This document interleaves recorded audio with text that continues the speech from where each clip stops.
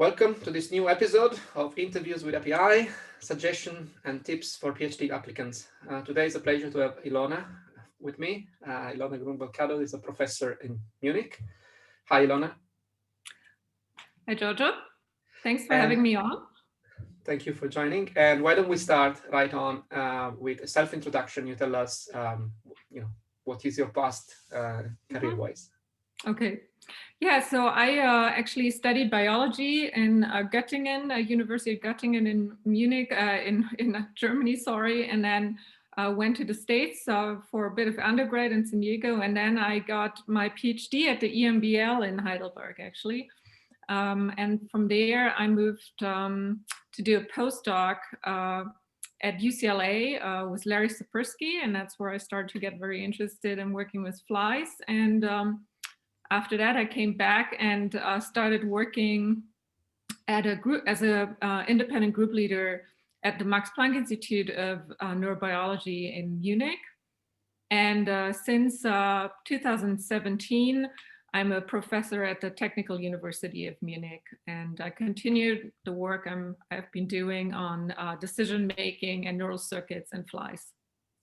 Thank you, Ilona. So a real traveler back and forth between Europe and the United States. So, Ilona, the first question I ask everyone is, what do you think are important skills to have for a student to start their PhD? And how does a student go about showing that they have those skills in their application? Yeah, I've thought a lot about this. So I think one thing is usually what I like to see is some sort of intrinsic curiosity. So people have shown some sort of, internship, something that goes beyond just like doing the regular curriculum. Maybe they've been abroad for an internship somewhere, or they've, done other things that shows that they are scientifically curious and that they really are into science, and also a bit adventurous and risk-taking. And so that's the kind of things I usually try to see in a PhD application, that it's not just like, straight, I've done my whatever school, and then I've done my master or bachelor or whatever, and I've never left my home country, I've never left my home city, but instead, I've kind of, I ventured out a bit, I looked a bit outside the box, maybe exposed myself to an environment where I didn't necessarily speak the language immediately, and started to really learn something else. So that's one of the things that I really try to identify. So some sense of adventure. Yeah. Right. So before we continue with applicants, why don't you tell us a little bit how the PhD selection works in Germany, in particular in Munich University? Is it, do you have a PhD program, or is it lab to lab? What is the common way of acting? We actually have both. So we can either just pick our students that apply to us, so that can happen. But I like to more and more often recruit students through PhD programs, just because they are, then it's not just me looking at them, but it's also a number of faculty looking at them. And there's a few formal hurdles that they need to pass.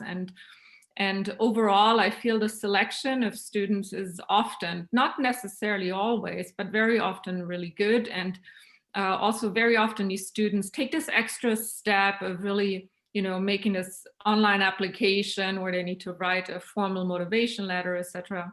And so I usually try to recruit a student from one of these graduate programs that we have here in Munich, and we have several ones that are very good, in particular for neurosciences. And and I like to, if I can, interview the person, of course, in person, bring them to the lab, meet the lab members, without me ideally as well, and see whether they could form a team and whether they could get along.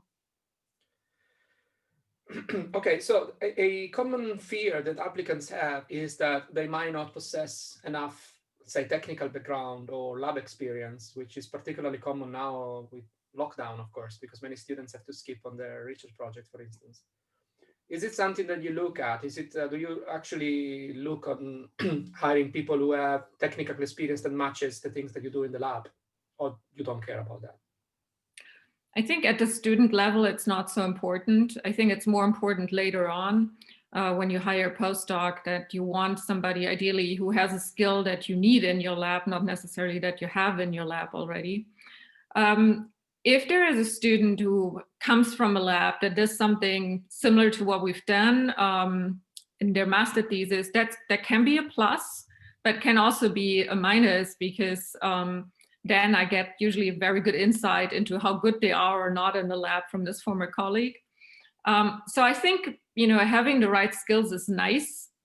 It can be a plus, but it's really not the main thing I'm looking for. I'm really looking more for, as I said before, is there any sign of that this person is really driven by a scientific interest, and is a bit adventurous and resilient, and that's really what I'm looking for.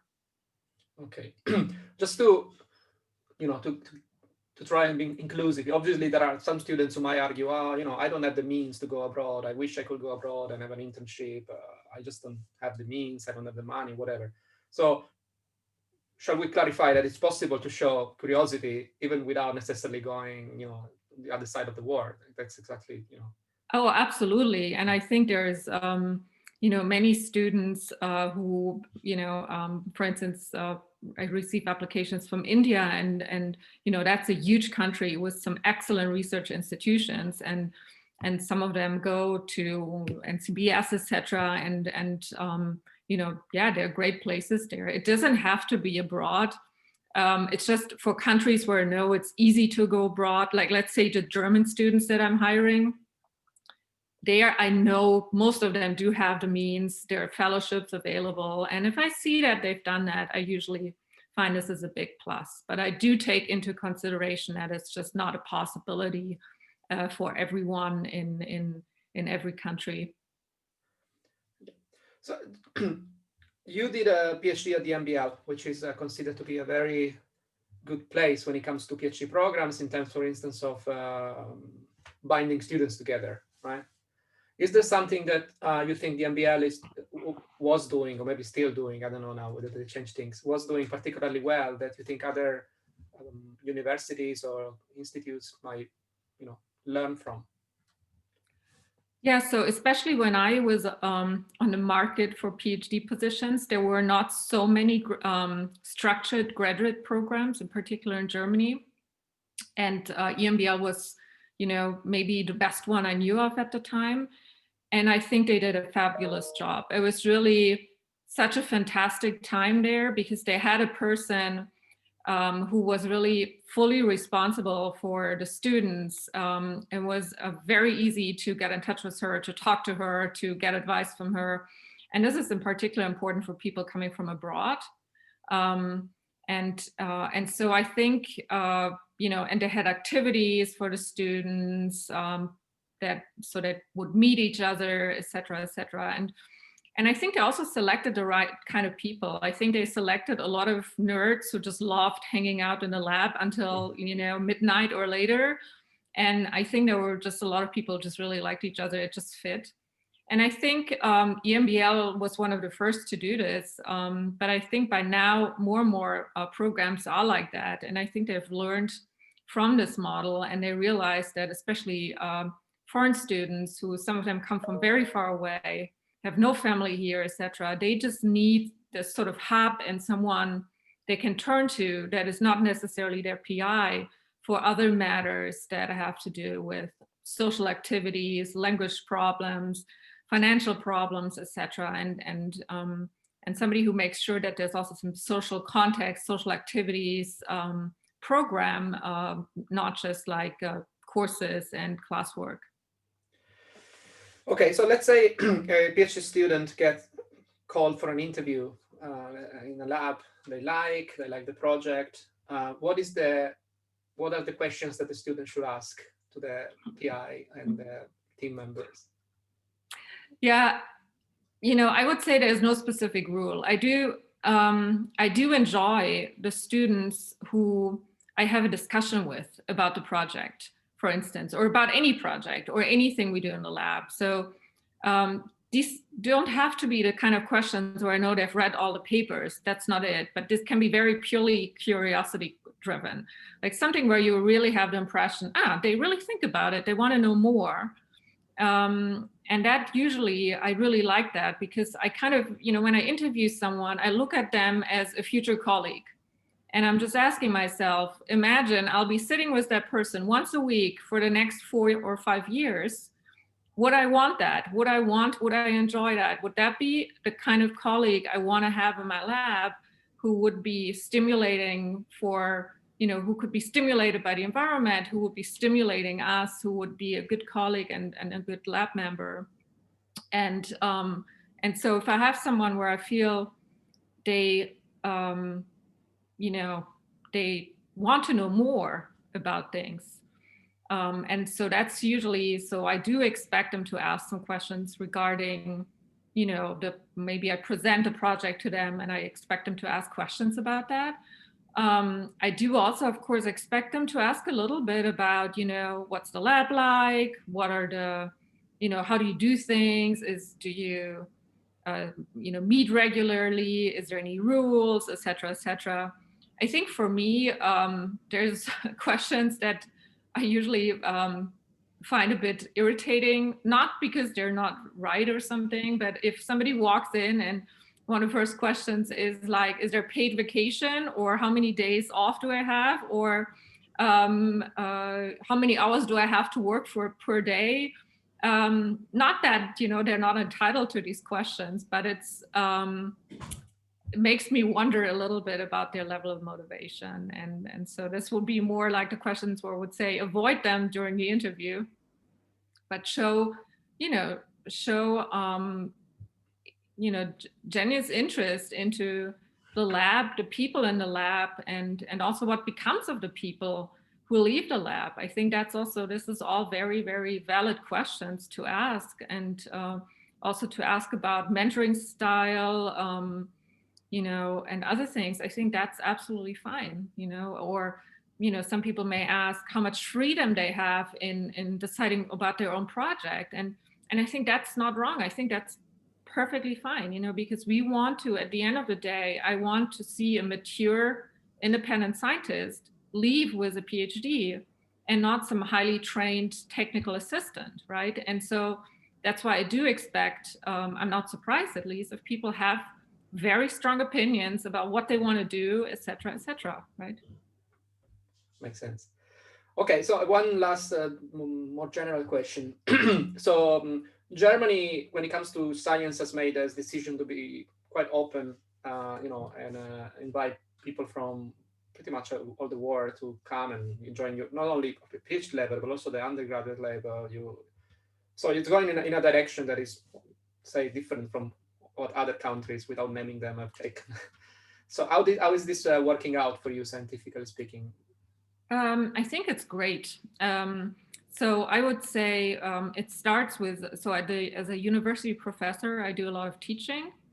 And so it starts with many of the programs, especially at the more, higher graduate level, master level, start to be in English now. And so that's already great, because you just get a diversity of people.